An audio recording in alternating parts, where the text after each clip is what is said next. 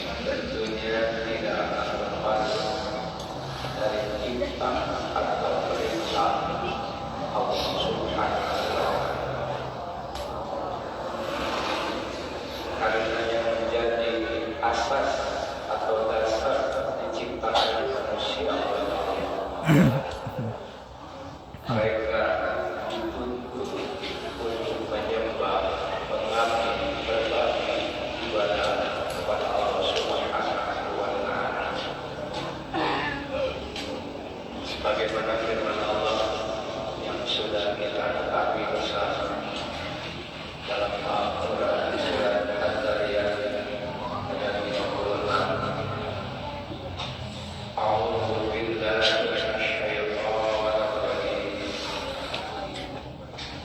Wa ma khalaqtul jinna wal insa illa liya'budun. Dan aku kata Allah tidak menciptakan jin dan manusia melainkan agar mereka menyembah. Itulah asas atau dasar diciptakannya manusia oleh Allah Subhanahu wa Ta'ala. Bahkan dalam surat Al-Baqarah ayat 21 Allah menegaskan bahwa ya ayyuhan nasu ubudu rabbakum alladzi khalaqakum. Wahai manusia semuanya, ubudu rabbakum alladzi khalaqakum. Isi seruan ini berupa perintah dari Allah. Sembahlah Tuhanmu yang telah menciptakan. Jadi selama manusia hidup di dunia sekali lagi tidak akan lepas dari kita dan perintah Allah Subhanahu wa Ta'ala untuk senantiasa menyembah, untuk sujud beribadah kepada Allah Subhanahu wa Ta'ala. Seperti ada 3 klasifikasi perintah. Yang pertama, ada perintah yang mana keuntungannya itu bagi orang yang memerintahkan. Sedangkan yang diperintah tidak beruntung. Contoh, seorang bapak memerintah anaknya untuk menyemir sepatu atau membersihkan sepatu. Nah, tolong bersihkan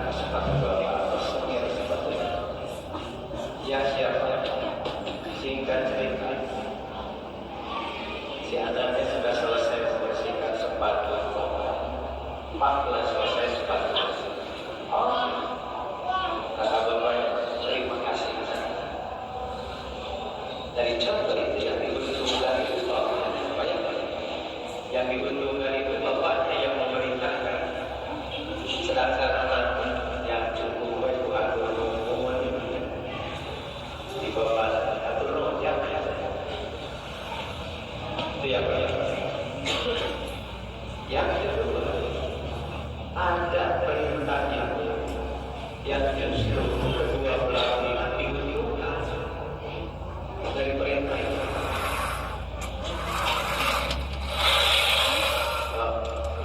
Seseorang punya buah banyak, lantas orang tersebut ingin punya rumah, lantas yang punya uang banyak tersebut memerintah kepada tukang ahli membangun rumah. Singkat cerita, rumah sudah beres dibuatkan oleh tukang. Siapa yang diuntungkan? Ya dua-duanya. Yang memerintah diuntungkan, yang diperintah juga diuntungkan. Yang memerintah diuntungkannya yang tadinya tidak punya rumah jadi punya rumah sekarang. Dan juga yang diperintah, tukangnya juga diuntungkan. Apa untungnya yang diperintah? Mendapat gaji yang banyak.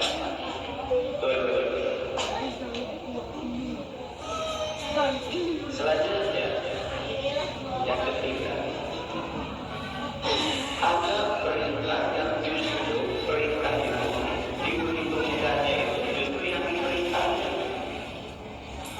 Yang diuntungkannya itu yang diperintahnya. Contoh, seorang ibu menyuruh anaknya supaya anaknya cepat lekas mandi dan gosok gigi. Tolong udah sore, tolong kamu mandi dan jangan lupa gosok gigi. Dari perintah itu yang diuntungkannya anaknya. Badannya dirinya jadi bersih, kesannya badan si anak tersebut sehat, fresh, segar. Sedangkan ibu ini tidak betul-betul, justru keuntungan untuk yang diperintah, yaitu anaknya menjadi bersih juga sehat. Nah inilah Allah Subhanahu wa Ta'ala memerintahkan kepada manusia untuk menyembah Allah, untuk sujud mengabdi kepada Allah. Itu keuntungannya bukan untuk Allah, bukan untuk yang memerintahkan, tapi keuntungannya bagi manusia yang diperintahkan oleh Allah Subhanahu wa Ta'ala. Itu keuntungan bagi manusia itu sendiri. Yang dimana andai kata seluruh manusia tidak mau tunduk sujud, menghambakan diri, tidak beribadah kepada Allah, apa mungkin tidak?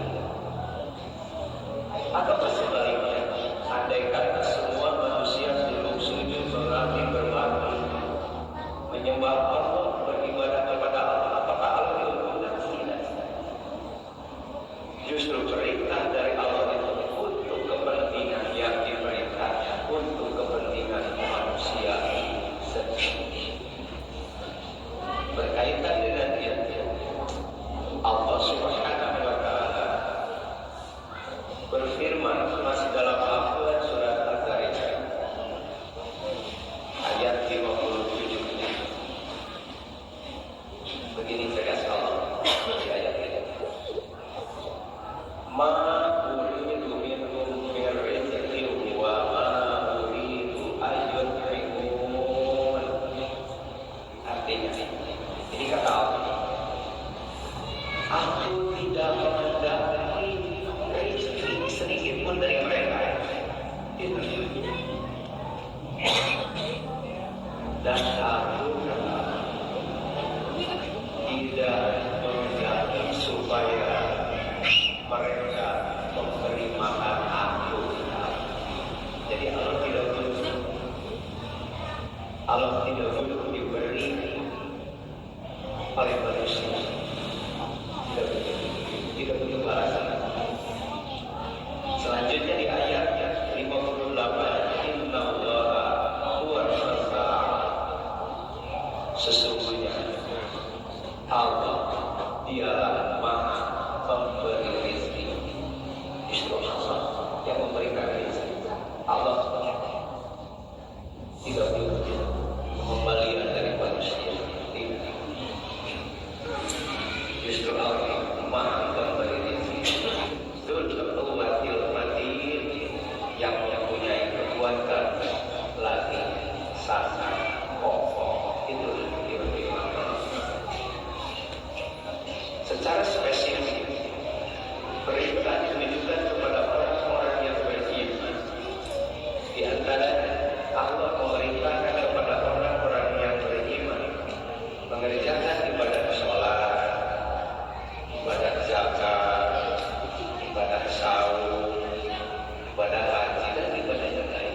Itu semua untuk keuntungan manusia sendiri. Wabil khusus di dalam melaksanakan ibadah salat kebetulan jaminan dari Allah yang disabdakan oleh Rasulullah Sallallahu Alaihi Wasallam, kufirolahu ma taqaddama min dzambi, diampuni dosa-dosanya yang telah lalu. Itu di antara keuntungan bagi orang-orang yang beriman yang menjaga wabil khusus ibadah saum Ramadan. Ibadah iman rahimahullah. Oleh karena itu kita berdoa kepada Allah, mudah-mudahan kita senantiasa diberi kekuatan oleh Allah, baik lahir maupun batin, untuk senantiasa melaksanakan seluruh titah perintah Allah Subhanahu wa Ta'ala, karena semua itu untuk kepentingan keuntungan diri kita sendiri. Ibadah iman rahimahullah, banyak yang bisa saya sampaikan pada kesempatan ini. Namun mohon maaf sebelum itu ada pengumuman awal mungkin dari kami atas nama PJKS Sektor 1. Insya Allah pada hari Selasa tanggal 3 Maret 2026, yaitu bulan Ramadan tahun ini, akan terjadi peristiwa gerhana bulan total di seluruh wilayah Indonesia. Nah, oleh karena itu pada hari hanya hari Selasa tanggal 3 Maret ya, ada waktu 10 hari lagi dari sekarang, nanti kita kumpul di masjid ini khususnya untuk melaksanakan takbiran terlebih dahulu. Hadiah yang diseragamkan oleh pimpinan cabang Kasih Musola dari setengah 6 kita kumpul di sini sebelum iftar, sebelum buka setengah 6 sore melaksanakan takbiran terlebih dahulu. Hadiah yang diseragamkan oleh pimpinan cabang Kasih Musola dari setengah 6 kita kumpul di sini sebelum iftar, sebelum buka setengah 6 sore kita kumpul di sini untuk melaksanakan takbiran sampai menjelang maghrib. Kita buka bersama di sini ya, kita iftar untuk takjil. Setelah itu sholat maghrib berjamaah. Setelah itu dilanjut untuk melaksanakan sholat gerhana bulan atau istilah lain sholat khusuf bersama yang disebut khusupan. Setelah itu dilanjut melaksanakan khutbah gerhana sampai menjelang isya. Setelah itu sholat isya dan dilanjut nyambung sholat tarawih. Insya Allah dia akan bertindak sebagai imam. Pada kesempatan itu adalah Ustaz yang kedua saya beri. Itu mungkin informasi awal yang bisa saya sampaikan. Mudah-mudahan nanti hari Selasa tanggal 3 Maret 2026 kita dari keadaan sehat walafiat. Bagaimana dengan Allah banyak yang bisa saya sampaikan.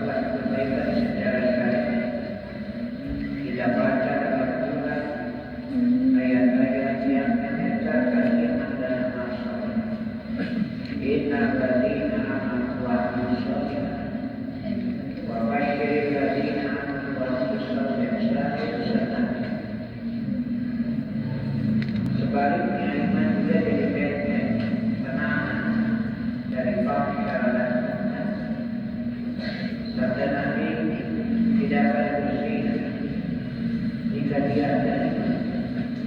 Yang berzina itu imannya dan tidak. Tidak akan mencuri jika dia beriman. Karena itu pencurian, begal, perampokan, korupsi itu menunjukkan iman sudah tidak. Bentengnya sudah tidak. Tidak akan minum minuman keras jika dia beriman. Sekarang marah.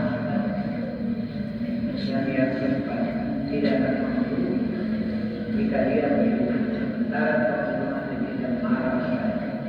Ini mestinya dievaluasi bahwa dirayani masyarakat itu imannya sudah tidak atau kalaupun ada sangat lemah, mestinya didorong kaki benteng. Karena ada yang mengadu kepada Rasulullah tentang keamanan, karena dia jadi berpantau bela pembunuhan bersih. Rasul berjanji tunggu saatnya nanti seorang perempuan saja tengah malam berjalan dari Madinah ke Mekah di jalan.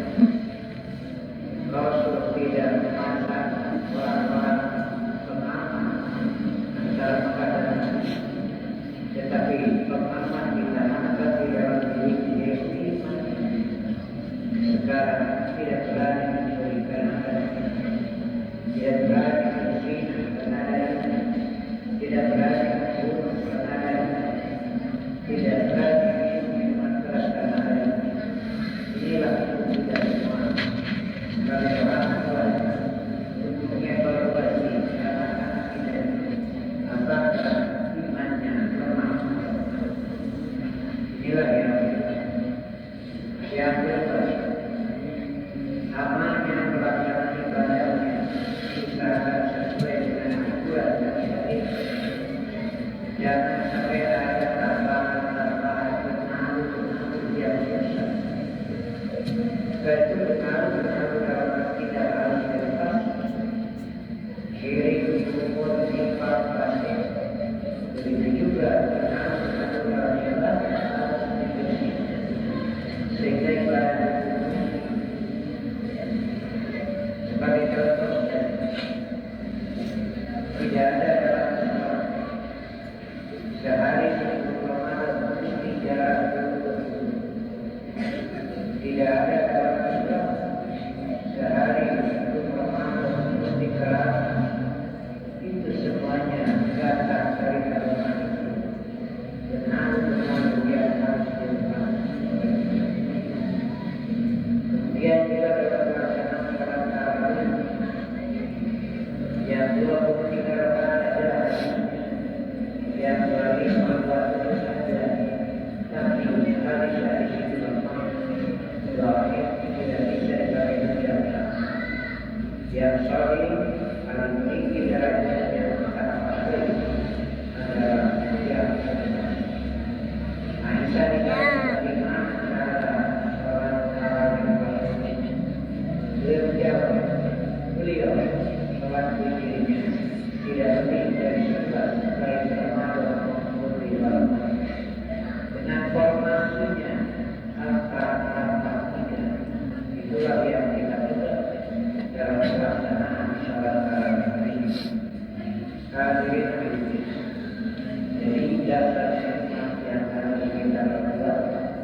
Yang kedua, cara pelaksanaan ibadahnya harus bersih dari pengaruh-pengaruh dari beda-beda. Insya Allah tujuan